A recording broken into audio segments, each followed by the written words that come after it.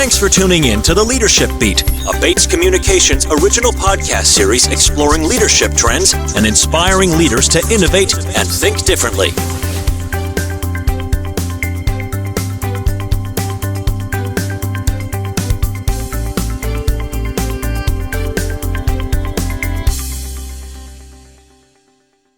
Hi, I'm Suzanne Bates. Welcome to The Leadership Beat, a podcast about fascinating leaders and experts who inspire us. Today I'm sitting down for a conversation with a longtime friend, Gloria Larson. Gloria's career in leadership has been remarkable, spanning government, public policy, law, business, and higher education. She's most recently past president of Bentley University. Before joining Bentley, she co-chaired the government strategies group at Foley Hoag, and she led a business advisory cabinet and transition for Massachusetts Democratic Governor Deval Patrick, a Democrat, and served as Secretary of Economic Affairs under Massachusetts Republican Governor William Weld. So we'll get into that in just a moment. But prior to that, Gloria had a career in Washington, D.C., overseeing business and regulatory issues as Deputy Director of Consumer Protection at the Federal Trade Commission. Over the decades, she's been the recipient of numerous awards in the category of most powerful and influential women, including the International Women's Forum Women Who Make a Difference Award and the Academy of Distinguished Bostonians Award. She is now a president in residence at Harvard University's Graduate School of Education. Welcome, Gloria. Always so good to see you. I'm absolutely thrilled to be here and so good to see you. Oh, Can I read your bio now? Oh, well. It's at least as long and more prestigious, so well, back thank at you. That's very nice coming from a friend like you. Well, we have known each other. We were discovering now it's been almost 30 years. We got to know each other when I was in the media, and you were doing a lot of media work as part of your work in state government.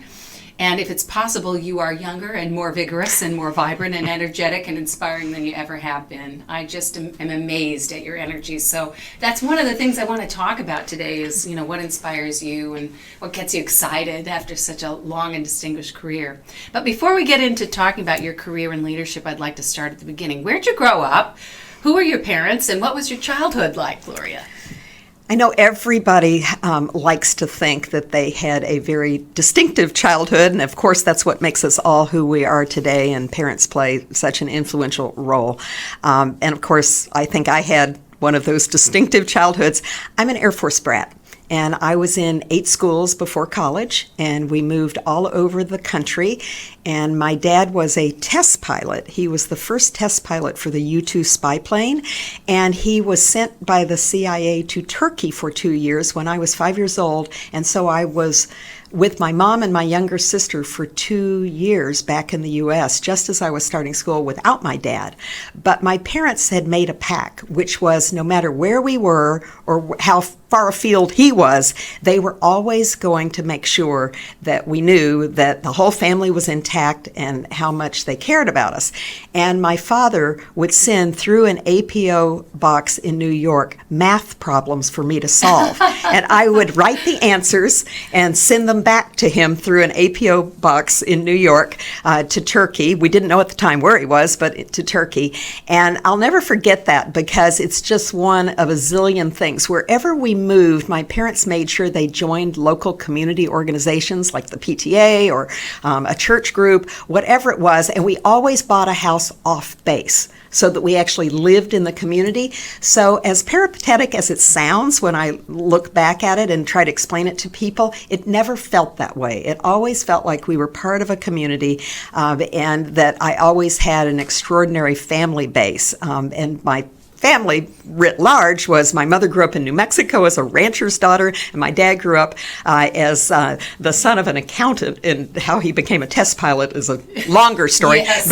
but in Atlanta, Georgia. So we were always visiting. We used vacations to visit cousins and extended family, so I didn't even miss that part. So what's ironic about it is I loved growing up that way, but now I've lived in Massachusetts for over 30 years, and you can't pry me out of this one place that I've so grown to love. So it was a magical childhood, but I feel very fortunate that it also gave me a lot of independence, which I think has been a wonderful thing to carry into adulthood. So connection to community is really important to you, I know. And also it makes me think a lot about your father's service. Did that have an impact on you at some point? I mean, did you really realize what sacrifices he had made in the service of the government and the country? They were part of the greatest generation, and he ultimately stayed in the Air Force and became a general in the Air Force and was all about that service. And when I think about that generation, it inspires me to this day. The irony is I grew up, came of age in college in the late 60s and early 70s. And so in college, before I even went to law school, I was more of the public policy to me meant a strike armband against the Vietnam War. It meant the women's movement, which was just getting off the ground with Gloria Steinem and others at the time, and certainly the civil rights movement, which I also came of age at sort of that same time period where my senior year, Martin Luther King was assassinated in my senior year in high school. And those things brought together made me aspire to do things in the name of public service, and I became really what I think today a completely unabashed public policy junkie. That's what's driven me throughout my career, even as odd as my career path looks. Yeah, that's the connector. That's the connector for me. Understand. So I know your dad sent you math problems. What were you good at when you were a kid? Well, it's funny because he was the left brain mathematician and my mom was the how many trips to the library in 1 week can we make and how many books can you read. And I became, at age 7, I read my first what I considered sort of big girl book, which was The Secret in the Attic. And I became a Nancy Drew fan. Me and too. I read every yes. single one of those Nancy Drew novels as they came out. And this was back in the 1950s, the late 50s and early 60s. And she was my role model. She was the first girl that I saw at her age, a teenager, with her friends and her dad, who happened to be a lawyer. Maybe that partially inspired me. But the point is that Nancy Drew wasn't just good at solving mysteries. She was really good at helping people, and she wanted to make a difference. And she wanted to make a difference in ways that counted with neighbors, friends, and her community. So when she was solving something, it was always in the name of the greater good. And so I so admired that, and I also admired the fact that no matter what she was doing, she was always impeccably attired in a perfect matching skirt and blouse and heels. And I thought, oh my God, you can be into service and doing these things and still wear a matching skirt and blouse and heels. And so she became my role model. At age 12, though, I read the book that changed my life, which was To Kill a Mockingbird. And I feel blessed because I just saw it on Broadway this past year. And what a thing at age 12, just as the civil rights movement was really gaining a head of steam in our country. What an amazing epiphany. We were living in the South at the time. We had lived in Montgomery, Alabama, and I had seen firsthand some of the real issues in the 50s and early 60s.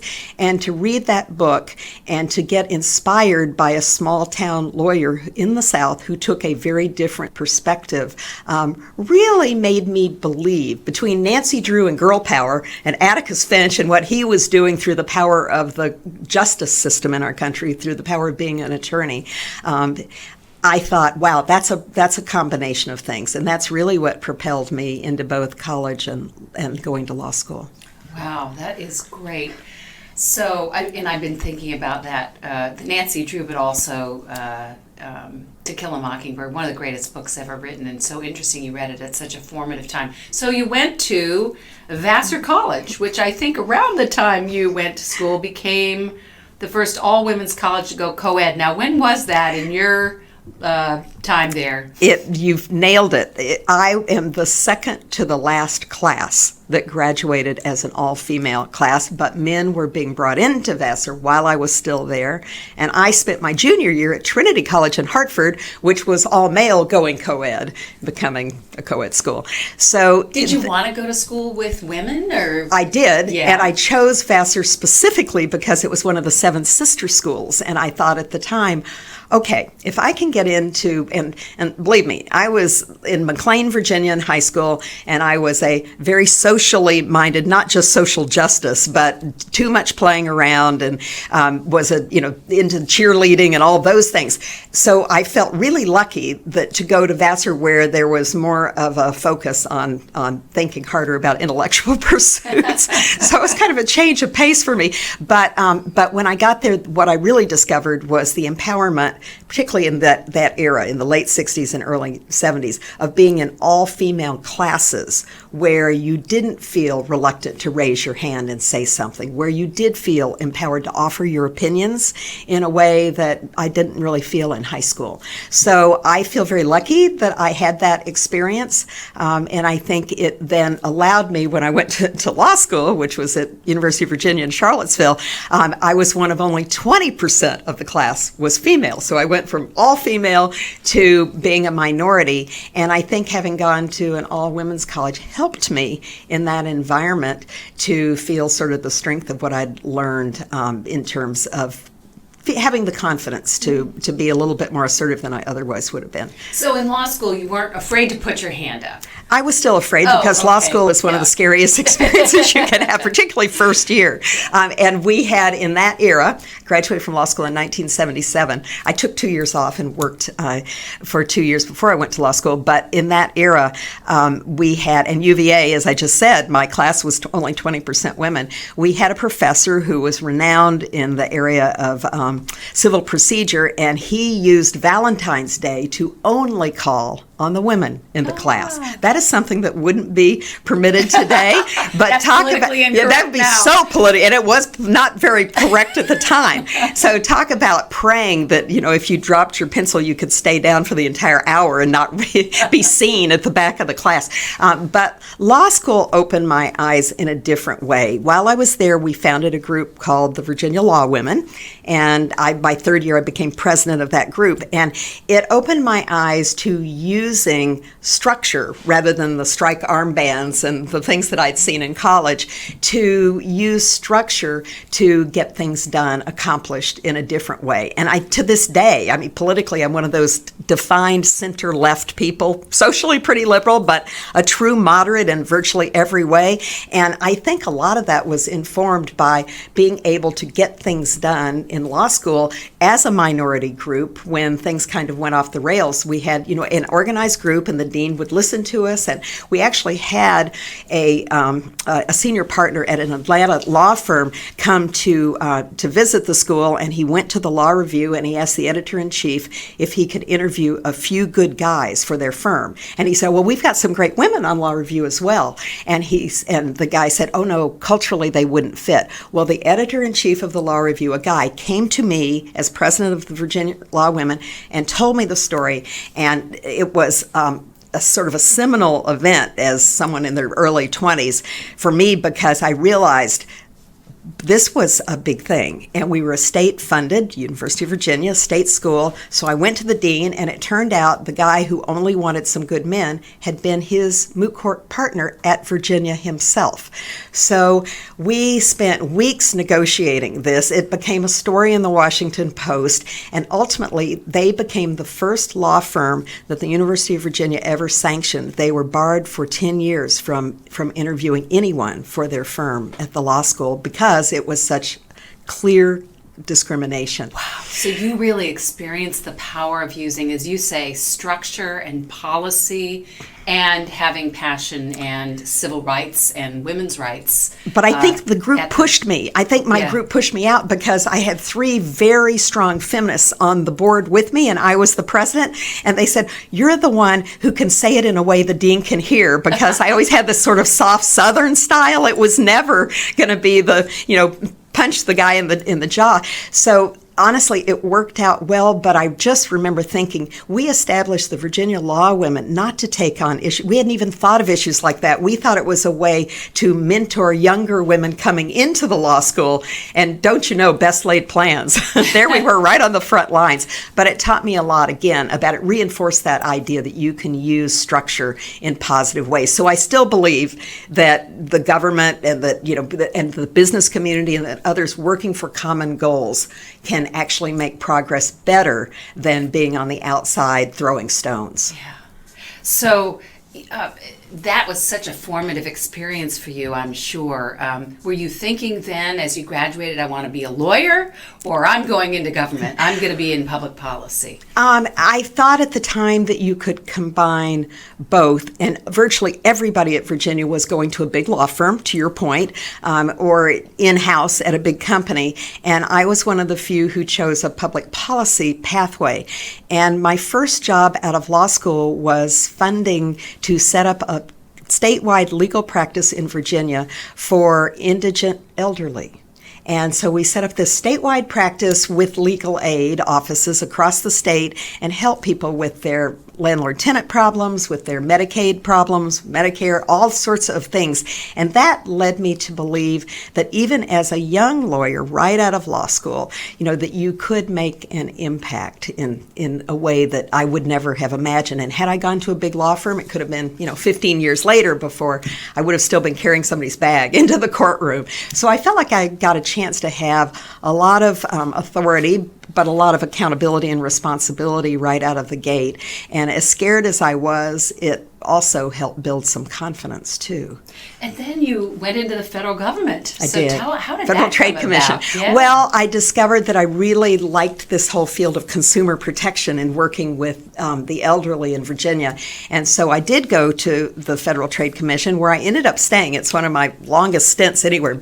Bentley has been the longest, but prior to that, I was there for 7 years, and I ended up working for the only female commissioner at the FTC. And the reason that's important is this was the early 1980s. She was one of literally a half a dozen women who were presidentially appointed to their position, and I went to work every single day throughout I was from like age 30 to age 37. I went to work every single day believing that the glass ceiling had already been at least cracked. I worked for a woman who'd already done it. And she was strong mentor. We didn't know to use those words. And later, when I went back in a different administration, this was the Reagan administration, and she was a Republican, but we were liberal Republicans, and so we wrote lots of dissenting opinions, and the Reagan administration did not like us. But that was empowering as well, to be of the same party but taking a different viewpoint. Later, when George Bush, the dad, came into office and a new chairman of the FTC was appointed, another woman, I was brought back as Deputy Director of Consumer Protection nationally. And that was an incredible experience because it was my former boss, Pat Bailey, who'd been the commissioner at the time, who told them, I was here in Massachusetts, and she said, you know what? You should take a look at this woman. And I hadn't understood, and those days we didn't know about sponsorship. She'd been not only a powerful mentor, but she helped me take that next step. So those things I learned really early in my career about how women can work with other women in very empowering ways, and men can work with women and help bring us in a world that still doesn't have parity at any point up that ladder, certainly the corporate ladder, but I would say government, academia, none of them have reached parity yet. And the empowerment that comes from having mentors and sponsors along the way can change everything in anyone's career, as you undoubtedly know. Yes. Well, and then you became one yourself, and I know how many women you've mentored. So, wow, here you are working in Washington, D.C. in a big job, and then you come to Massachusetts, and you go to work for the Bill Weld administration as Secretary of Consumer Affairs and Business Regulation, and later as Secretary of Economic Affairs. So in that role, you're responsible for economic growth and employment and those kinds of things, kind of a change of role. So how did you make your way here, and how did you go into economic affairs? Okay, so this is the story behind the story. While I was in Washington, I met an antitrust lawyer. His name is Alan Larson. I later married Alan Larson, but for 7 years I commuted because he left Washington for a practice in Massachusetts. And I commuted for 7 years because I was so attached to Pat Bailey and my job at the FTC and doing those things that I loved so much in Washington. And I knew nothing about Boston or Massachusetts. I had never lived in this part of the country. New York, yes, but not this far to the Northeast. Long story short, when Bill Weld was elected, my husband had worked on his behalf, and he had been at the Justice Department, and so I knew him, and he called and said, you know what? You know consumer protection. You don't know it at the state level. He said it's the first time he ever did a global search to bring a couple together in the same state to live together. Because we'd already married at that point, and I was still commuting. I think I kept Eastern Airlines alive 3 extra years because I was commuting back and forth. Long story short, moving into his administration was a gift because I knew nothing about Massachusetts, and I certainly didn't know the consumer issues at the local level. And I also had lots of agencies under me, the regulated agencies, insurance, banking, public utilities, horse racing, dog racing, things that, I could never have imagined and that were left to the states to regulate. So I learned an entire new field, and that was a wonderful experience because I got to crisscross the state, and it really made me learn the DNA of Massachusetts and what not only the Boston region is all about, but the rest of the state, our gateway cities, our rural areas, and to be responsible for those issues that can be different from place to place was like learning a whole new, I feel like I'd gone to learn a foreign language. And it was wonderful. I also got to meet so many people who really helped me learn what our state, how we thrive as an economy. And as we know, best schools, a great economy that through thick and thin has managed to be among the very best. So the story about economic affairs is that after 2.5 years, I had been in consumer affairs, and I got called into Governor Weld's office. And this is a story about confidence, about women in confidence and not having it. I thought at various junctures that I had acquired that confidence level. I'm sitting across from the governor, and he said, my Secretary of Economic Affairs is leaving. I thought you might have an idea of who I should appoint. And I named 5 other people. And I never once named myself. And Bill Weld can be impatient, but he let me go. It was like cat and mouse thing, I think, with him. He's dangling me on a string. After 20 minutes, he said, Larson, I was ready to appoint you, but now I'm pretty sure you're not the right person because you haven't said anything about your qualifications.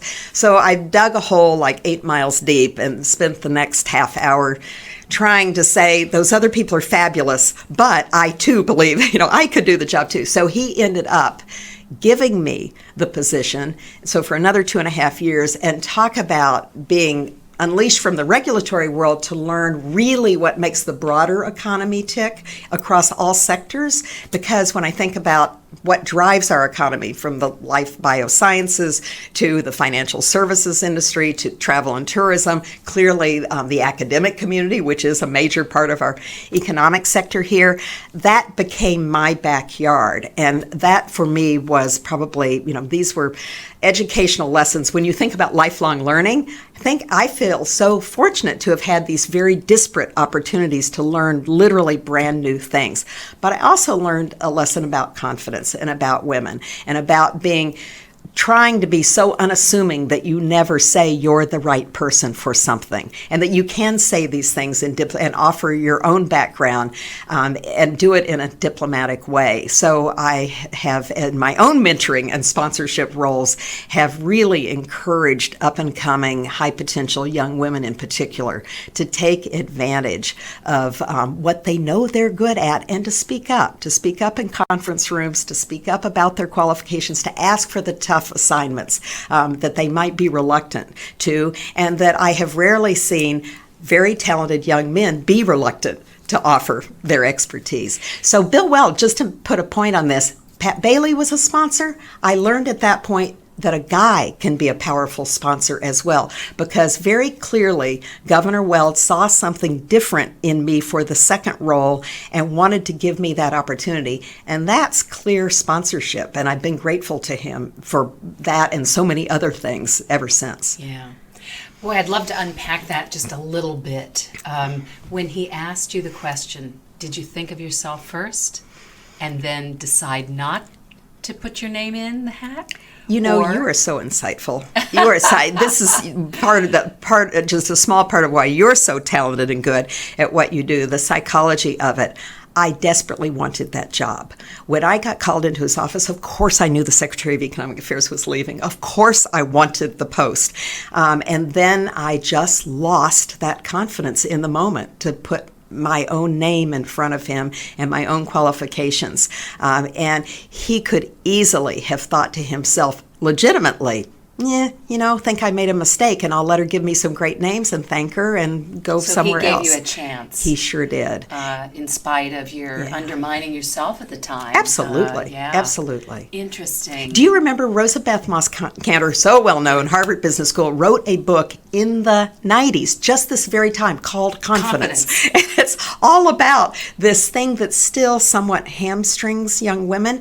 And what interests me, having watched this so closely at Bentley for 12 years with my undergraduates, is that coming out of college today, disproportionately young women have as much confidence as young men do.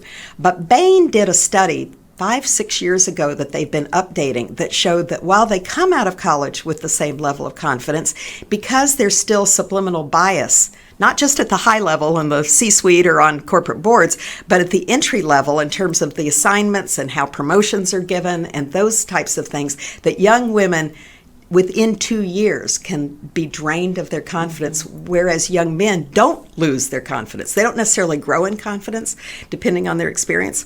Yeah. But they don't lose it. So this is part, for me, of the inspiration, as you've done, for continuing to work to empower a next generation. And by the way, I care just as much, having been at Bentley for a dozen years, for the young men who are graduating as well. But I still see, it's called the mirror effect. It's why young men have so often had mentors for generations. It's, you see young women, you see yourself in the mirror as a young woman yourself, and what you don't want them to go through. To avoid the same mistakes I made and the same issues is, what we all aspire to share with that next generation. Yeah. Well, we could spend a lot of time on that topic, but I must say hats off to you for all the work that you've done, and we'll talk about Bentley in a moment. But I also want to talk about the political side of your career, because there's no way to be in government and public policy without touching politics. And one of the things I always thought you were masterful at when I was the president of the Mass Women's Political Caucus was this beautiful balance you were able to strike. And they recognized that in you in law school when they made you the head of the Virginia Women's Legal Caucus, your group. But you do have a charming way of disarming people and making subjects possible to talk about. But when I was with the MWPC, and we would often invite you as the Republican light, if I may say, the liberal Republican point of view, and we would always have a Democrat on stage. Everything was discussable. And we had a meeting of the minds. And, this now would be 15 or 20 years ago when we were having these forums. I think it goes without saying that is not the political environment we find ourselves living in today, where people are afraid to talk about politics even over dinner with their close friends. What do you think about what's happened to the political discourse and why it's happening and what we're going to do about it? It's very easy to blame one particular party or one particular set of elected officials. And I think this has been coming for a while. And I think it started, and I'm not sure I've ever really discussed this out loud, but I think the income disparity and the growing income divide in our country, with the 1% protests some years ago that predated this administration.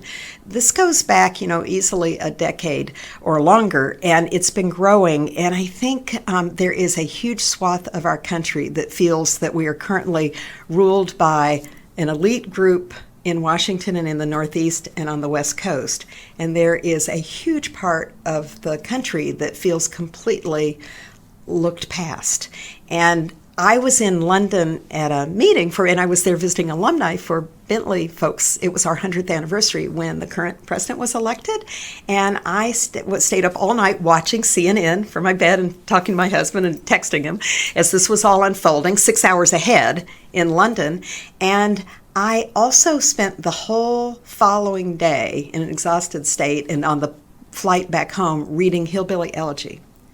And I read that book on purpose because I am an Air Force brat and I lived 4th through 9th grade in Omaha, Nebraska, and I know lots of parts of the country that some didn't grow up in. And my family, my mom's from New Mexico and my dad's from Georgia. So I worry about this a lot because I frankly think both parties have become so polarized and polarizing. And I think the discourse makes it all so difficult to have just a normal conversation. Whole families have been divided over, Thanksgiving dinner. You used to be able to say something and tell Uncle George, that, oh, that's, a silly idea or something, and it could all be in good fun.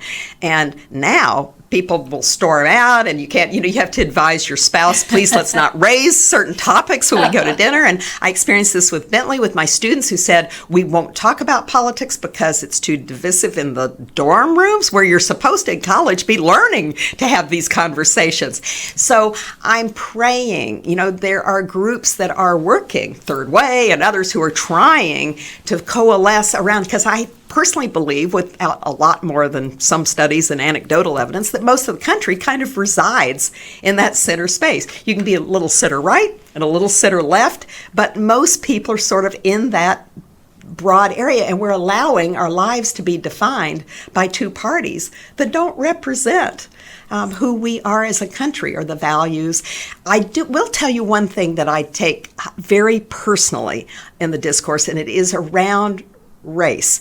And that's because I went to the University of Virginia, which for me and for many who go there is kind of hallowed ground. It's one of the first, was the first fully continuous, beyond Harvard, second university in the country. And what happened in Charlottesville 2 years ago, I had just been to my law school reunion and had lunch on the very mall where the death occurred and where you had the neo-Nazis, the white supremacists, the KKK marching with torches across the campus, the grounds of UVA. And so that, to me, was a lightning rod. And I felt personally, without getting too far afield here, I felt very disappointed in how our top elected officials handled that, because it was not, as George Bush did after 9/11, someone coming in and doing something of a healing nature. I felt the division just grew wider.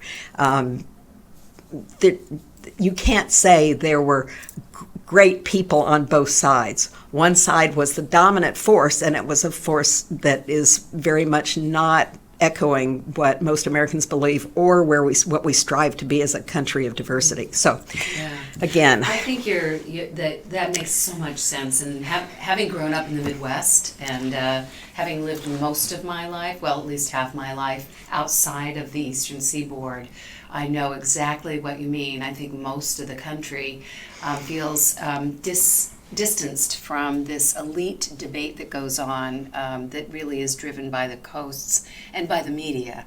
The other piece of that, I would say, is very much driven by the media's desire and its division now. Back when you and I were young, there were 3 networks and everybody watched them all. And that is no longer the case and probably never will be again. So it'll be interesting to see whether there are movements like Third Way that are going to be able to bring people together, or whether there will be leaders that bring people together. To your point, the other single point I'd make about this being an issue on both sides is that I happened to vote for Hillary Clinton, but I was not a wowed fan. And I was really not a wowed fan, just as I just indicated that, talking about Charlottesville the way our current president did was something that was heartbreaking to me and terribly wrong. I also felt that calling a vast swath of the populace deplorables did the same thing. It only heightened the feeling in that election cycle of we're in camps. Mm-hmm. And unfortunately, it's starting to look, and this is what scares me so much about it, it starts to look like armed camps, because people are now, taking the words matter, and it can drive people who have, mental health, but other issues, to do things that, because they're listening to those in power, and it feels, as I said, very divided by both parties. And I'm not sure either party has yet come up with the secret sauce that is all about healing a country that's already divided. And I started by saying part of it is this division in incomes. And if income that's only growing with time, and if we don't as a country do something about that, we have created almost a Clockwork Orange society where you'll have haves and have-nots. And education may very well be, you can imagine, I believe that's a critical fault line. If you're on the wrong side of education, you're not going to be able to survive in a world that's going to be increasingly artificial intelligence and robotics driven, as opposed to those with education. But it is deeper than that. It's what kind of education, how are we going to educate the population to be thriving members of society, not only in the workplace, but in terms of how we create community again, because I feel like we're losing that very quickly. Well, this seems like a good time to ask about the turn in your career when you decided to become a college president, talking about the power of education. What made you decide to make such a major switch in your legal and public policy career and take that post? You know, it could have been the zaniest thing I ever considered doing because it so didn't fit anything else I had done. Yes, I had worked with Governor Wells on education policy, and we had been first state to have required testing, and sort of the whole ed reform movement came of age in the 90s when I was in his cabinet. Having said that, this was personal. This was a personal sort of set of circumstances that drove me to think that this was something that I should do. I loved my law firm. I was a partner at Foley Hoag for a decade, and they used to send me to recruit for summer associates. And they sent me to lots of law schools, but they always sent me to UVA. And I interviewed in 2006 a group it was the bleeding edge of the adult millennials. And I fell in love with millennials, and I came back just gaga about this group who weren't just about profit, but were clearly integrating people and planet in everything they wanted to do with their lives. Yeah, they might come to a big law firm, but they wanted to be change agents more broadly. And I had just read Thomas Friedman's book, The World is Flat, and he talked about dropping his own kids off at college and how this was the age group that could potentially help a world that was very challenged in so many ways. So out of the blue, I'm at a dinner party, and I'm talking about this coincidence of things that had just happened in Charlottesville and then reading this book. And they said, we've heard a rumor that Bentley's looking for a new president. It was Bentley College at the time, and they'd also heard that they might consider someone other than an academic, that they were looking for somebody connected to the business community. And I had been on the board of the chamber and had done a lot of things, helped build the convention center. So I had done a lot of very public things that had the business community wrapped around it. I got interested, so they actually called me, the search committee. A search firm would have never called me, but the two trustees who were chairing it thought, interesting idea, and would be the first woman. So they called me. I thought interesting for a different reason. Bentley's a B school. I thought, oh my God, people, planet, profit. This is what they're already, they lean in that direction. How cool to be the person who helps create that as the policy path for the school. So I became not just interested, but relentlessly competitive about getting the job.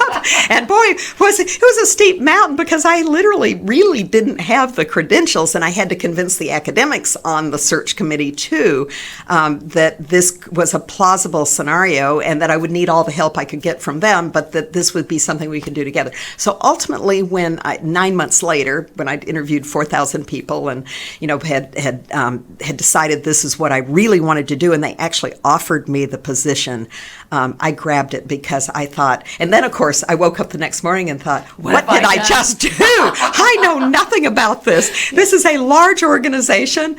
I don't have an MBA. I didn't have a business degree. I thought at the time I have no business running a business school. But I have to say, everyone on campus really rallied, and we spent my whole first year creating together a strategic plan to carry us forward for the next 5 to 10 years and thinking about the things we could do together. And honestly, of all the things that I've loved doing in my career, and I've loved them all, this is the single most rewarding. And it was all for me about the students, both undergrad and graduate. They so inspired me. And of course, the faculty are at the center of everything, and they were the ones who were really imparting the knowledge. But I would say the rest of the team, the people who work in the dorms, student affairs, the people who are helping round out these, kids who come to us as great kids, but still kids and are becoming fully realized young adults. Nothing could be more inspiring and more rewarding. And I look back on that and I feel so fortunate. And I feel also so fortunate because it was so clear that as the first woman, I had another goal, which was to empower the young women to continue to strive for what they really wanted to accomplish with their passions. And in a business school, that meant almost always entering the corporate world. So that became a real, just instinctively, it became something that made my broader mission, which was to have these educated kids go out and make organizations better, but also make communities in the world better as part of their life resolve, careers and lives of reward. At the same time, I thought, you know what? As a woman, I can have a complementary aligned mission around the young women, which is what led us to create a Center for Women in Business at Bentley, because we knew that was lacking in the marketplace. Yeah.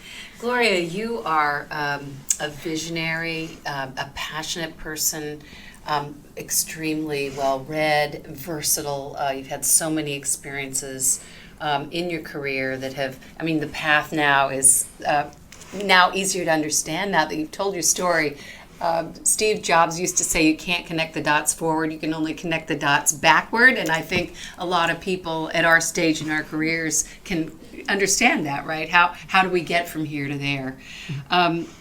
As you start to think now about what you want to do next, and I know you're doing a lot of things now, but whatever you're thinking about where you want to make an impact next, I'm also interested in what's your philosophy on leadership. This is the leadership beat, and I'd like maybe to have you describe how you think of leadership.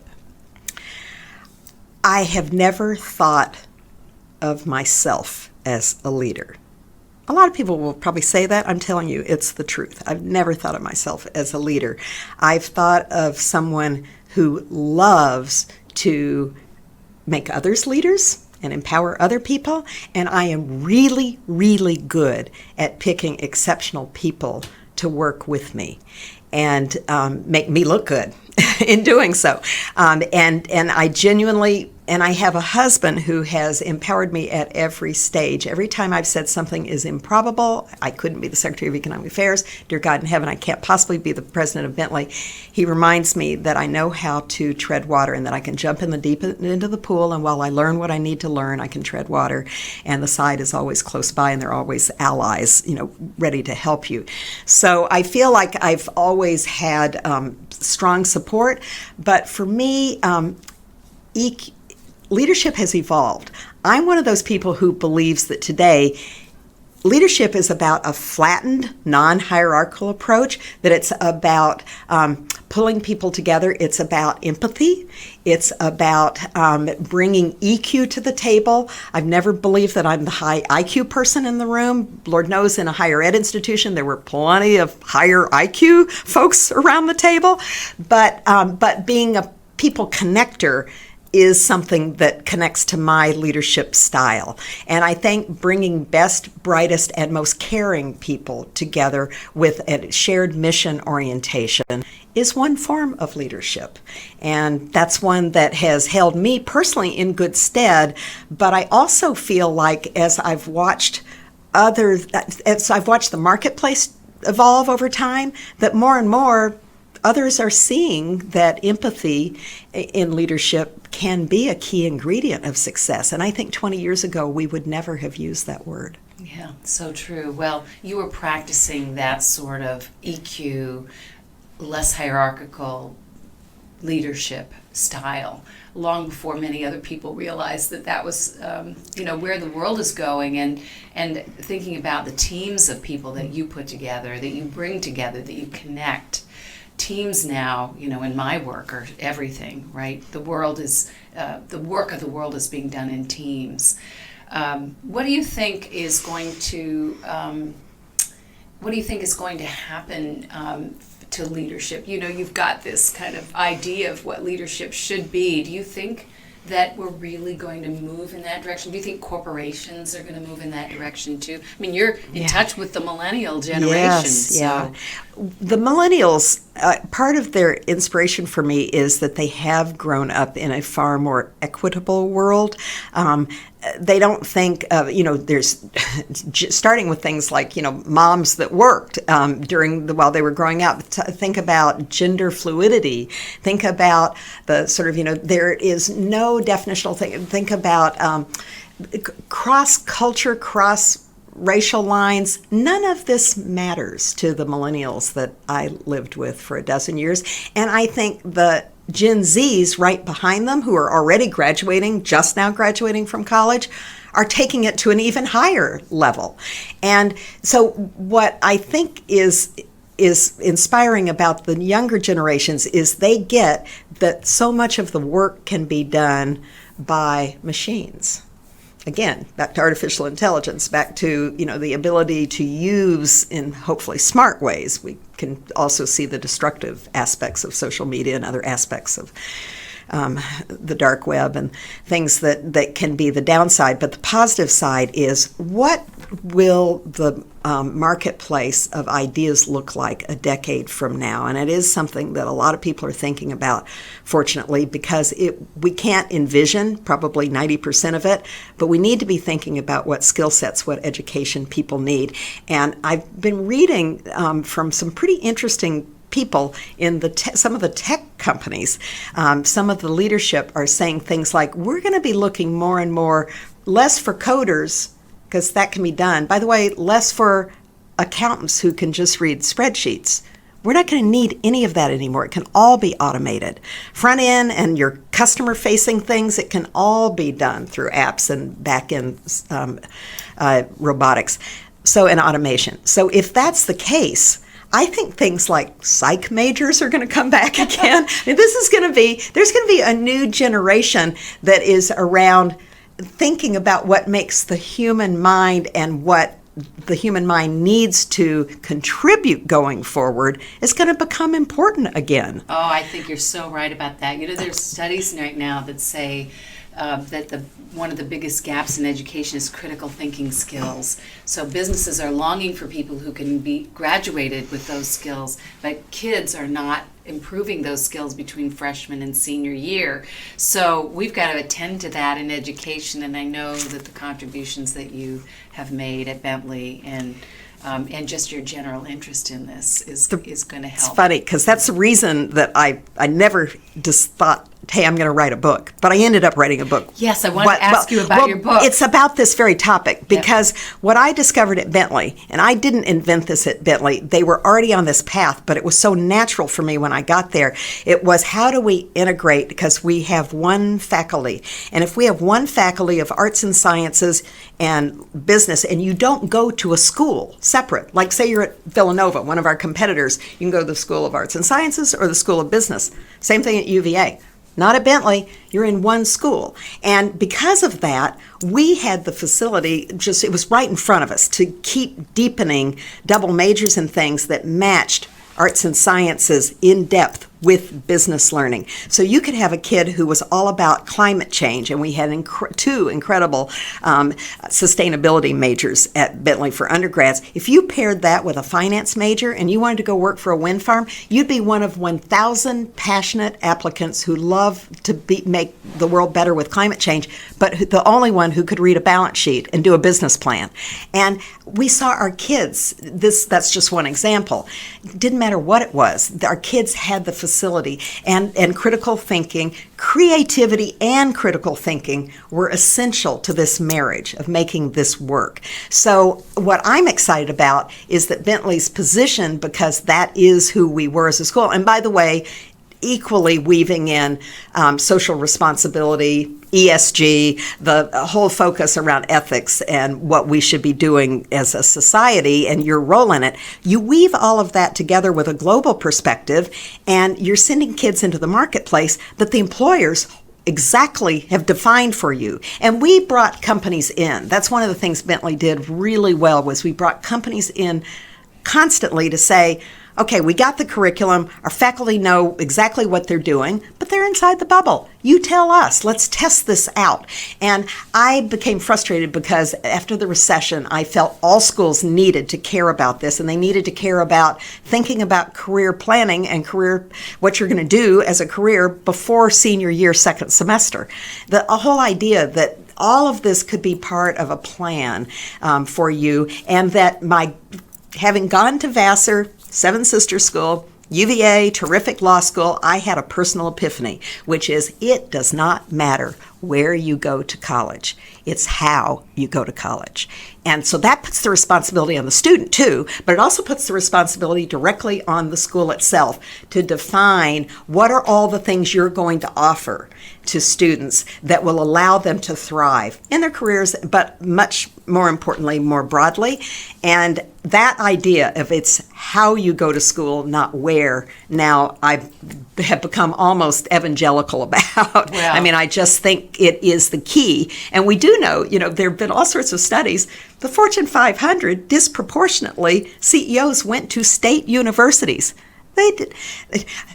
And that's been consistent for decades, yes, by the way. Absolutely. It's not new. No, it's not new. There's also a saying at Harvard, the A's work for the C's. Have you ever heard yes, that one? Absolutely. No, and there's something to that. But there needs that. to be a revolution in education. Yes. And we're really just at the beginning of it. And I think, you've been on the forefront of that kind of new thinking. By the way, Gloria's book is Prepared You, How Innovative Colleges Are Driving Student Success. Still available on Amazon. Oh, well, I know. So are you out speaking on that? I wanted to talk briefly about the future and, what you're thinking about. So that's an interesting thing. So my year at Harvard, which came to an end the end of June, each year they ask, a departing college president to come to the ed school at Harvard and be part of a graduate student cohort. There was a class of 54 students who were thinking about all staying in higher ed as a career. And I was so blessed to have a 3-hour seminar that I co-taught with this group. And they just, again, talk about a group that inspired me. My kids at Bentley inspired me because they were people, planet, profit, going into the business world largely. These kids were my social justice young people. They were very inspired to make higher ed relevant to changing society in positive ways. So it was a different experience, and I loved it. But it really gave me that year to be reflective. So I'm now officially not at Bentley any longer as of June 30th this year, but having that year at Harvard in this particular role gave me a chance to sort of step back. And the most valuable advice I got was, don't just jump into something. Take some time. And, I'm already on some for-profit and nonprofit boards, and so I'm continuing to do those things. And honestly, last year felt as busy as I would have ever wanted it to be.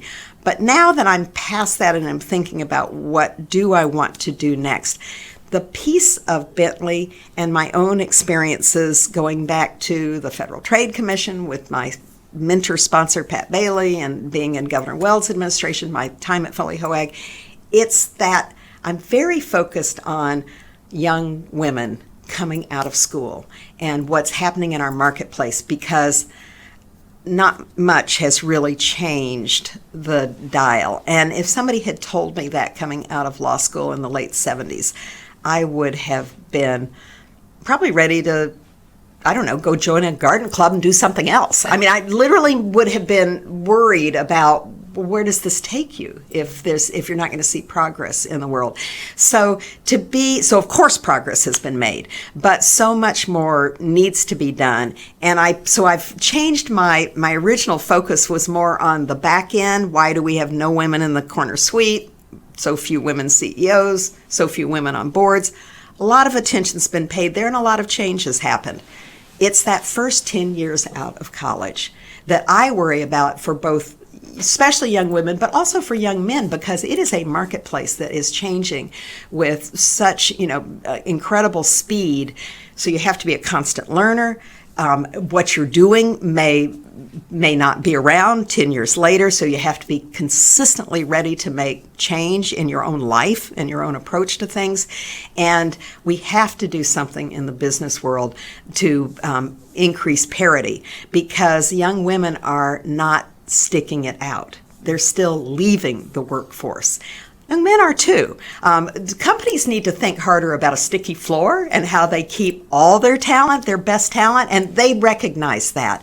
But there's something about the larger corporate world, big companies, that makes it hard to change. Because think about the structure. It's not family friendly. It's not flexibility friendly. It's not a lot of things that millennials want and are asking for. And Gen Z will for sure want. And also, millennials they're glad to leave. If they want, in the old days you would stick it out. Millennials aren't sticking it out. So I see more and more companies striving to bring change. They don't know how to do it. So I'm very much looking forward to staying in that part of what I've been doing at Bentley, and our Center for Women in Business is, going full tilt. And I just intend to, with some friends we've talked about who've been in doing similar things. We're very interested to see, can we continue to make real impact for that younger group as they're coming into a marketplace that's just going to be tougher and tougher. Yeah. I mean, things aren't going to get easier. No. It's not just here, it's globally. So the change will be rapid, and yes, right. Lots to navigate for this next generation. Yeah. I always like to end with this question: what would you like to tell your 25-year-old self if she were sitting here today, Gloria? When I read those Nancy Drew books, she was the epitome of confidence.